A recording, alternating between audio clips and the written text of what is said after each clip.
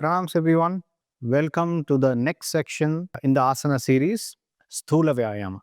Now, Sukshma Vyayama were gentle and slow and were mainly focused on opening up our joints and our muscle groups. Sthula Vyayama, there are 5 in total. We are only going to learn 2. Sarvangha Pushti and Hridgati. These are the 2 practices. Now, what are the benefits of Sthula Vyayama? One, we borrow all the benefits that comes from Sukshma Vyayama because these also work on the joints and the muscle group. But because they are dynamic in nature, it helps to build flexibility and brings about some dynamism to the body. So it builds certain rajasic tendencies in our body, which is important because in yoga we are trying to move from tamas to sattva, that is inertia to equanimity and being at peace. Now, they both look similar, isn't it? Externally, when you look at a person who is closing his eyes and sitting, he may either be meditating or he is a very smart and a perfect sleeper, right? You don't know whether he is sleeping or meditating. So, in life, generally, extremes looks, very similar. Person who's crying and laughing with tears bursting out, both look similar. So, we are moving from tamas to sattva. But the problem is we cannot jump from tamas to sattva. Extremely tamasic person cannot become a sattvic person. There has to be some activity in between. There has to be some energy that we have to infuse into this person. This is a rajasic tendency. Now that rajasic comes from dynamic practice, moving, walking, running, hiking. This induces rajasic tendency into the body. And then we convert this rajasic tendency and channel it towards sattvic energy. So Sthula Vyayama become very important. It builds flexibility.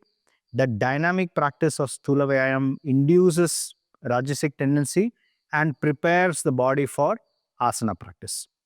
Got it? So you have clarity on Sthula Vyayama. Again, both Sukshma Vyayama and Sthula Vyayama have been founded by Swami Dhirendra Brahmachari. Okay, so let us look at the first practice, Sarvangha Pushti. How do we do this? You're going to stand with your legs slightly apart and toes are pointing forward.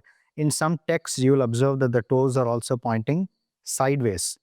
I recommend you turn the toes forward because it puts a greater pressure on the knee joints, which helps in the practice. Now, how do you do this practice? You will lift both your arms up by making a fist. So, thumb will be in, other 4 fingers over the thumb, and the right wrist will be over the left wrist, like this. You lift the arms up, rotate the body to the right side, very gently lean back, very gentle, not too much like your Kati Shakti Vikasaka, but very gentle backward movement. Exhale and bend forward, keeping your chin lifted up and spine straight. Go down as much as you can. Then turn the position, that is, bring the right wrist below the left wrist, keeping your chin up and spine straight. Inhale and come up. And then rotate to the left side. Exhale and then go down. Again, spine has to be straight, knees have to be straight. Then bring the right wrist on top of the left wrist. Inhale and come up. Once again, straight spine. Gently bend back, very gently. Turn forward. Exhale and relax. This very simple practice makes your body very supple. It works on your entire body. You will observe this. Sarvangha Pushti. Sarvanga means Sarva Anga is all the angas of your body gets pushtified or stretched and brings that suppleness to your muscles. That is the meaning of Sarvangha Pushti. So you will start to feel the stretch from your ankles, your knees, your thighs, your hip joints, your spine and your neck. You'll observe the stretch moving from the right side and then to the left side.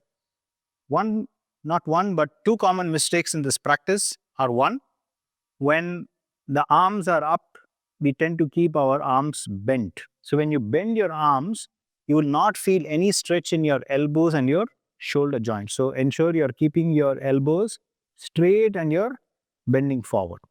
Okay, common one, first mistake.